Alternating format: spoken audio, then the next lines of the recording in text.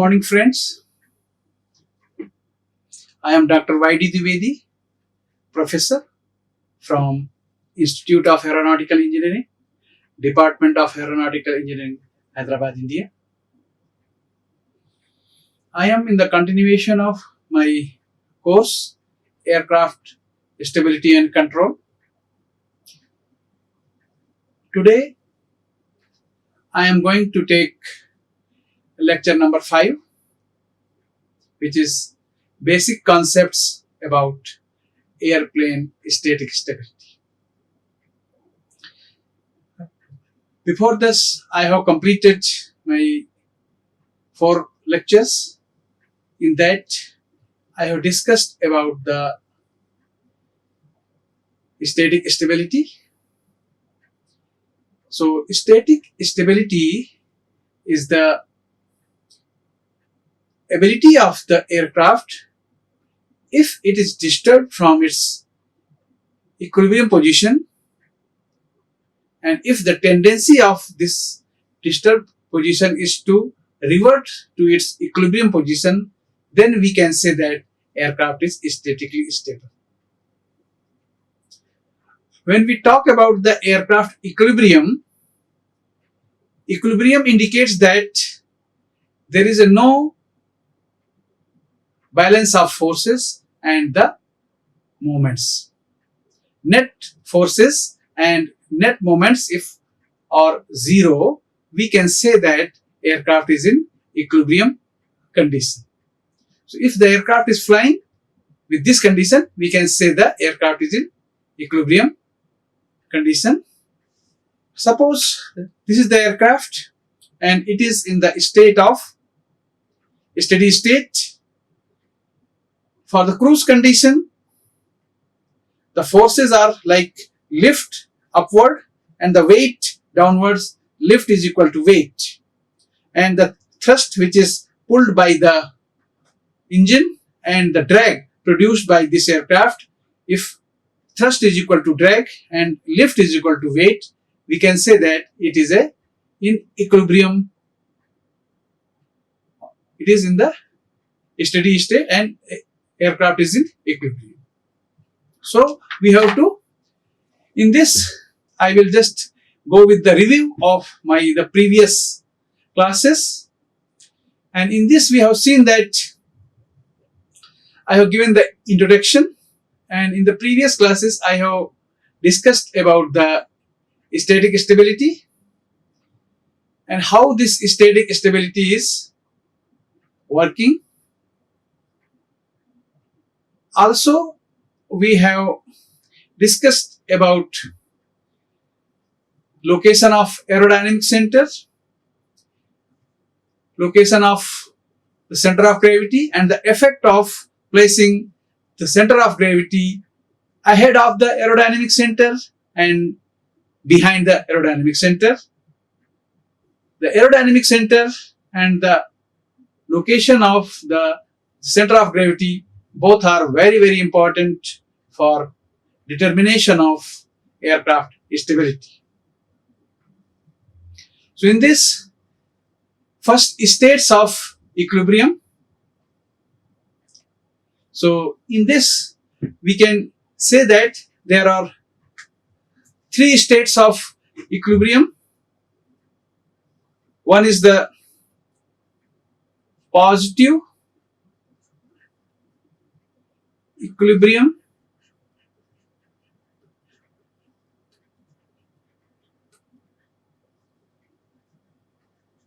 another is negative equilibrium, and third one is neutral equilibrium. So these are the states of the equilibrium. If I say that, if I make here one spring mass system, initially this is the in vacuum, we have fixed this is the spring, and here I have fixed a mass M. Here it is stiffness K, and if it is this mass is pulled by mg, and this spring will try to kx, where x is the deflection of, this is the x deflection. So this kx, it is the stiffness. So this stiffness is balanced. In this case, if you see, if I draw the plot, I have disturbed from here and it will go like this, and if it is in the vacuum, it will maintain the same condition like pendulum of the clock, and the amplitude will remain same everywhere. So this is the case of neutral, and if slowly it is decreasing, then it is a positive equilibrium, and if it is increasing like this, then it is a negative equilibrium. So like this, we can assess that the aircraft is in positive equilibrium, negative equilibrium, or in a neutral equilibrium. Then we have discussed in previous classes about types of motion. In this we have the subsidence, then divergence, neutral stability, damped oscillation, divergent oscillation, and undamped oscillation. So these are the 6 types of motions, and these motions will decide whether the system is statically stable, the system is dynamic stable, or the system is not at all stable in so many cases. This I am going to discuss in this class.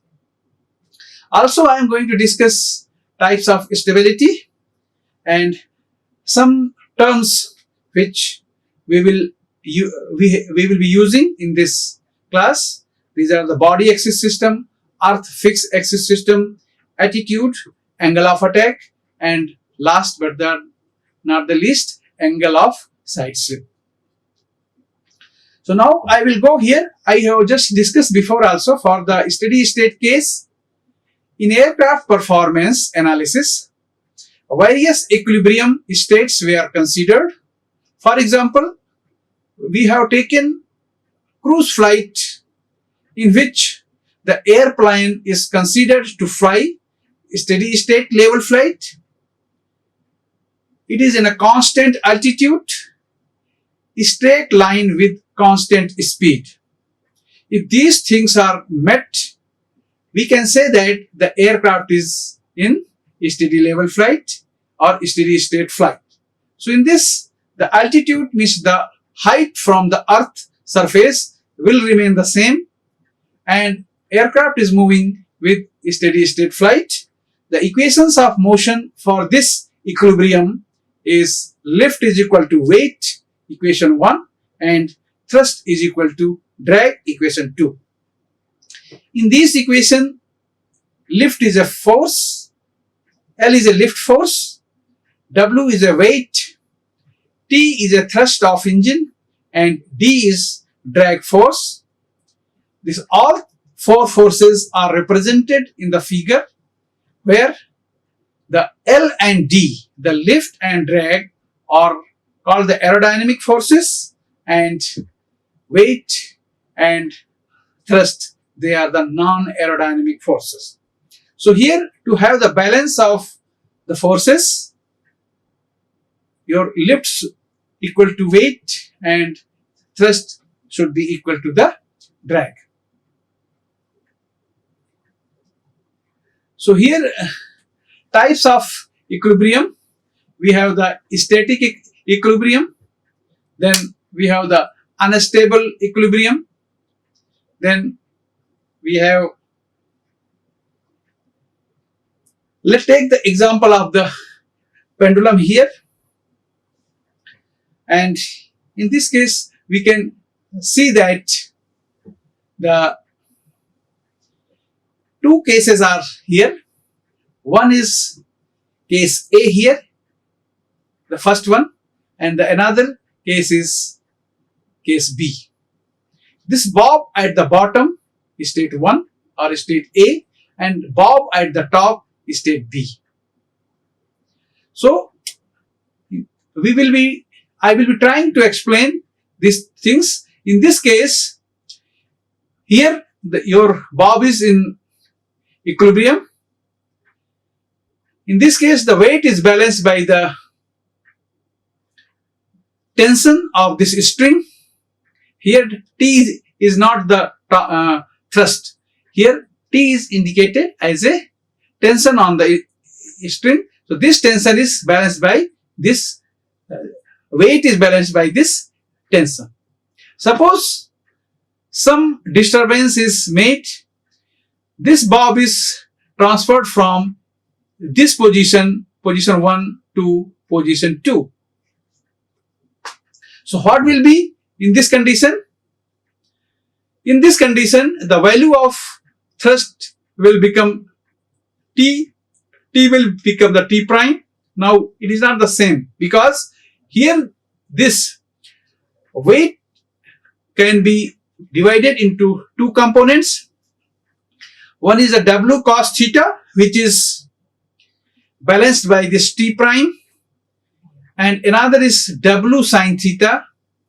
This W sin theta is not balanced. So in this case, this is not in equilibrium. However, if you see the direction of this W sin theta, this arrow is intending towards its equilibrium position. It means whenever we disturb this bob, a part of the weight will inherently develop inside the system, and this W sin theta will try to pull back the system to its equilibrium condition at 1. So this is inherent. It is not a man-made.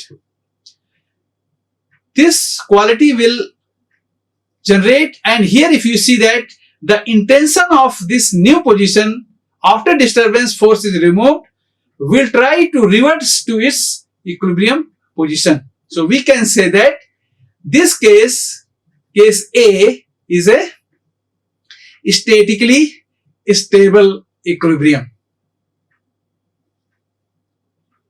If we see the case B, in case B, this is the bob is reversed. Here this weight and this string, it is compressed. It is not tension, it is a compressed. And if we disturb from here to theta, here new position from here 1, and this is the position 2. You can see that here this W force further can be divided in the same way. W cos theta, which is in the line with this C prime, and another component which is W sin theta, this. So you can see here the tendency and the direction of this W sin theta and this W sin theta is in the reverse direction, and this W sin theta will try to make further away. So it will try to make that the tendency of this force is to make this bob to go away from its equilibrium position. So it is case of unstable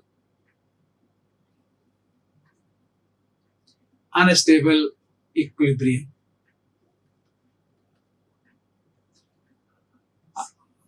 I hope it is very much clear what is the difference between the stable and unstable. And here when we talk about the static stability, we talk about the tendency of instant of time after disturbance. You see, this same example I can give in aircraft. your aircraft is flying like this.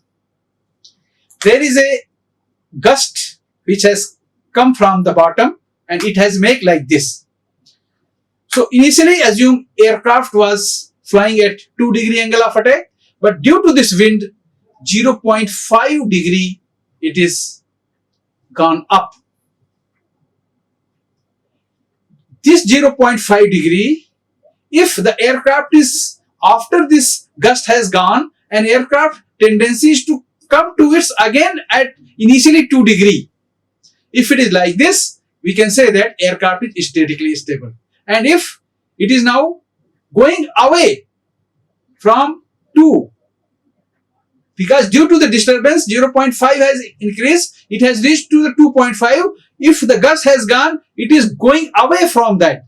It may go 3 degree, 4 degree, 5 degree and so on. If it is like this, we can say that aircraft is unstable equilibrium. And if the aircraft maintain the disturbed position after gust has vanished, aircraft is maintaining the same like this, then we can say that it is a neutral stable or neutral equilibrium. So these points we have to very much understand. Now I want to discuss about the types of motion, because this in aircraft stability and control, we have to understand how many types of motions are there. Out of that, how many motions are statically stable and how many motions are statically unstable, how many motions are dynamic stable, and so these all things I am going to discuss in these slides. So after a system has been disturbed from its equilibrium position, its subsequent motion will be like any one on the 6th type as shown in the figure. This we can see here. If anything you disturb, there will be either damped oscillation. This you can see here. You are here and assume it is aircraft and you are here. Due to some gust, this point has reached to this new position here, and this air is vanished. I am just removing this air. This air is vanished now. So if you vanish this thing, you can see that the tendency of this thing is to come to its equilibrium. So it shows that this is the statically stable. Also, if you see here, with the time, the amplitude of this oscillations are reducing, and after some times it may come to like this. So this case is statically stable as well as dynamic stable also. Okay, so to have the dynamic stable, your first condition has to be met that it should be statically stable also. So in this case it is statically stable and also dynamically stable. If I take the case 2 here, case B, this is called the divergence oscillation, and in this case if you see that the initial is here and you are disturbed with a little gust, you disturb and it is reached to this position. Here you can see the tendency after removing this tendency is to come to its equilibrium position or in the initial condition. So it is a statically stable case, statically. Okay, but you see as the time passes, the amplitude start increasing and it keep on increasing. So it is a divergent oscillation. So it is statically stable but dynamically unstable. Okay. Third case, here we have at 0 position, your aircraft is flying at steady state. Here it is disturbed, it has reached to the new position, position 2, and this is the position 1. And if you remove that disturbing, you see the tendency, the tendency of this thing is to come to its equilibrium position. It means this is also statically stable. Statically stable.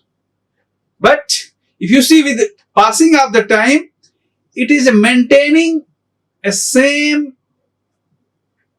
amplitude. Means it is not a dynamic stable. Dynamic, not stable. So this is called undamped oscillation. I have given the example. If like a pendulum will continue in motion.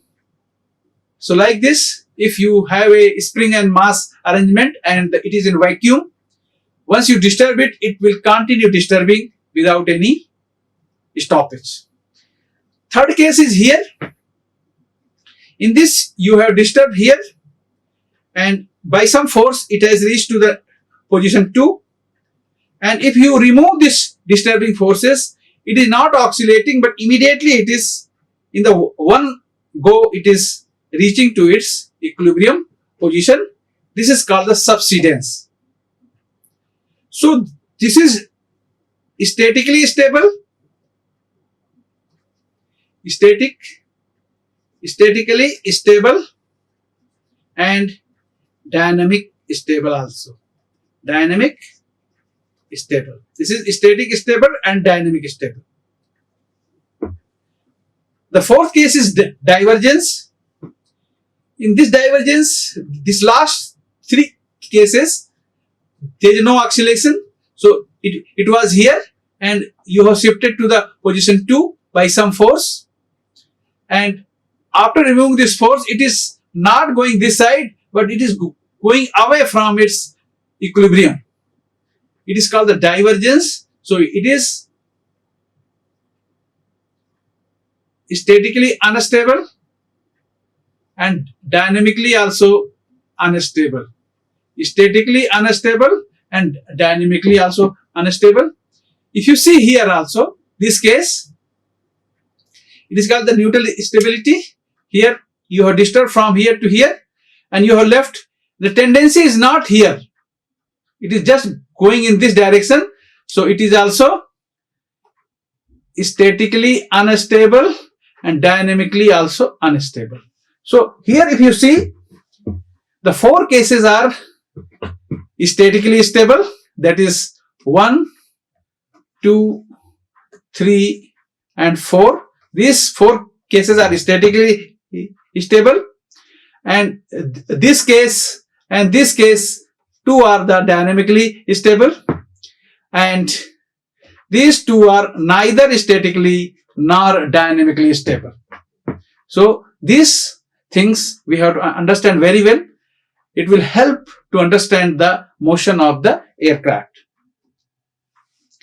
So the same thing what I have explained you, it is mentioned in this damped oscillation. In this case, the system while returning to the equilibrium position goes beyond the undisturbed state towards the negative side. However, the amplitude on the negative side is smaller than the original disturbance and its amplitude decreases continually with every oscillation. Finally, the system returns to the equilibrium position. This is the stable equilibrium. The second case is divergence. Here, this you can see here that the amplitude is increasing with the time. So it is a statically stable, but dynamically it is unstable. So the system shows an oscillatory response, but the amplitude of the oscillation increases with each oscillation and the system never returns to the equilibrium position. This is unstable equilibrium as shown in figure B. Third one is the damped oscillation. Damped oscillation, the system shows this undamped oscillation. In this, the system shows an oscillatory response, but the amplitude of the oscillation remains unchanged and the system never returns to its equilibrium position. This is the subsidence, and subsidence is also the case of statically stable as well as dynamically stable. When a system returns to its equilibrium position without performing an oscillation, the motion is said to be subsidence as shown in the figure D. An example of this could be the motion of a door with hydraulic damper. So you might have seen in houses and all, we have the door. If you open this door and leave it, slowly it is coming and stopping to the particular position. So this type of motion is called the subsidence, and the subsidence is also statically stable as well as dynamically stable. Last case is the divergence, as in the figure B, which I have shown earlier. And the neutral stability means if you disturb, it will remain in the same as it is shown here. Now I am going to discuss in this 6 type of motion, the figure A, B, C and D. I have explained this thing already. They are disturbed, it tends to return to the undisturbed or equilibrium position. Such systems are called the statically stable. Figure E, the tendency of the system is to turn away from the equilibrium position. Such a system is said to be statically unstable. Figure F, when the tendency of the system after the disturbance is to stay in the same disturbed position, then it is said to be neutral stability. If the system has a tendency to go towards the undisturbed position, cases A, B, C and D, it may not return to the equilibrium position, as in the cases shown in figure B and C, namely divergent oscillation and undamped oscillation. When the system finally returns to the equilibrium position, the system is said to be dynamically stable, and we need the dynamic stable. All the systems should be dynamically stable. Otherwise, it is dynamically unstable. With this criteria, the damped oscillation figure A and the subsidence figure C are only the 2 cases of dynamically stable. So, case 1, this is the dynamic stable and this is the subsidence D. These 2 are the dynamically stable cases. So what is static and dynamic stability? Now we can understand very well.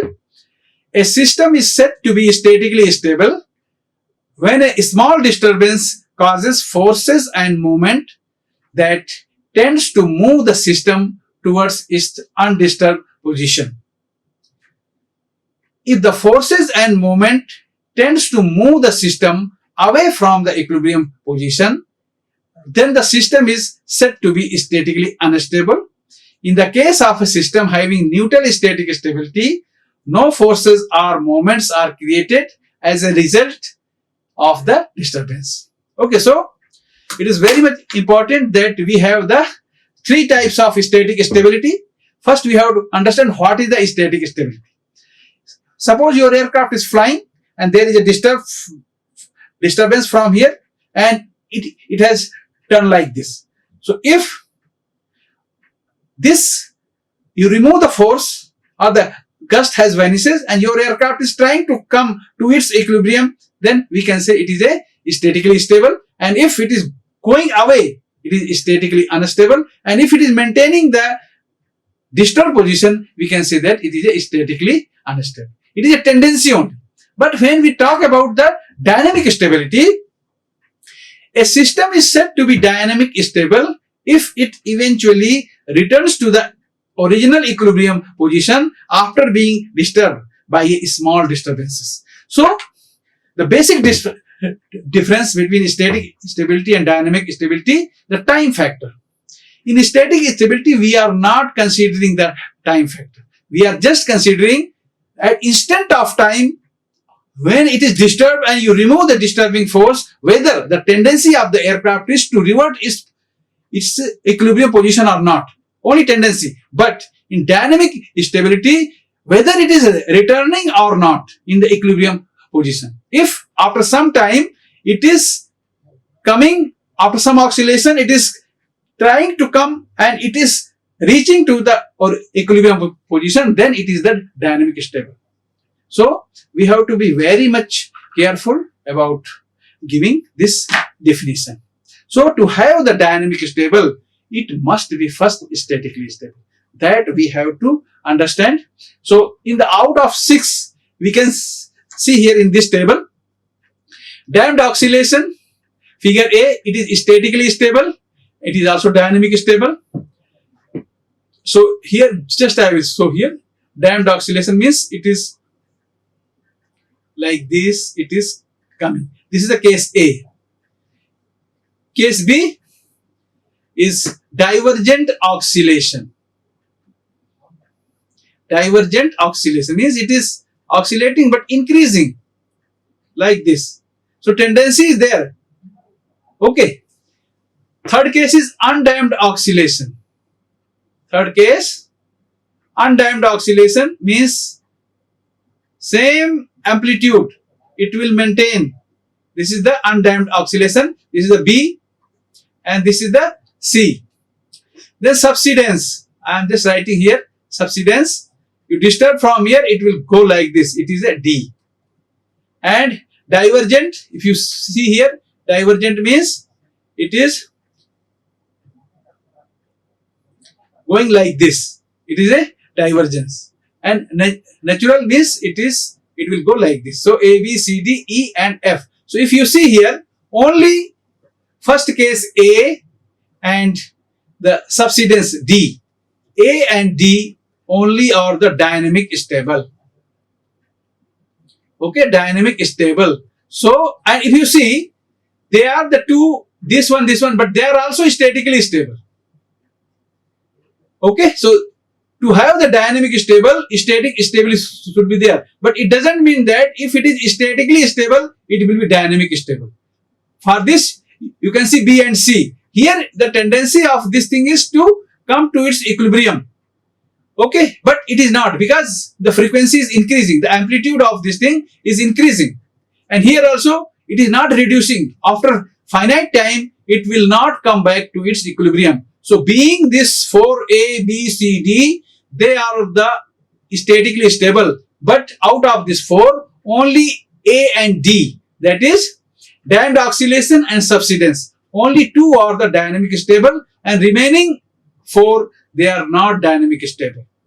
So this we have to be very much careful while discussing this stability. So distinction between static and dynamic stability. If an airplane disturbed from equilibrium, it may change angle of attack, side slip and bank angle. These changes may produce changes in forces and moment, which tends to bring original state. Then it is statically stable. In dynamic stability, the accelerated equation of motions with time should be solved, and if motions are damped with time, then we can say that it is a dynamic stable. Now I am going to discuss few terminology. So in this, we are body axis system, earth axis system, attitude, angle of attack and the side slip angle. These topics will be discussed. If you see here body axis system, to formulate and solve a problem in the dynamics, we need a system of axes. Airplane is symmetric in geometry and mass distribution about a plane, which is called the plane of symmetry. It is shown in this figure. The system fixed in body and moves with body, known as a body axis system. OXB, YB and ZB. O is the origin of the body at CG. OXB is positive. It is shown here. Just you can see OXB. If it is from this center of gravity towards the nose, it is a positive, and from the center of gravity towards the right wing, it is a OYB is a perpendicular to the symmetry right wing, and OZB is the perpendicular to the XB, OXB, and downward is a positive. So Such a system, OXB, YB and ZB is a right-handed, and this type of system, when the axis is moving with the aircraft, this is called the body axis system. Normally the aircraft which are flying, they are in the body axis system. Further, we have seen here that the velocity V is a vector, and it has the three component X, Y and Z are the component of the resultant aerodynamic forces along OXB, OYB and OZB. L prime Mn are the rolling moment, pitching moment and the yawing moment. This, you can see L, so rolling moment in this it will happen, pitching moment M in this axis and yawing moment N in the vertical axis it will happen. Figure shows the positive direction of the L prime, M and N, and a small U, V and W or the component of OXB, OYB and OZB, the velocity vector V. Okay, so and PQ are the angular velocity component of the system.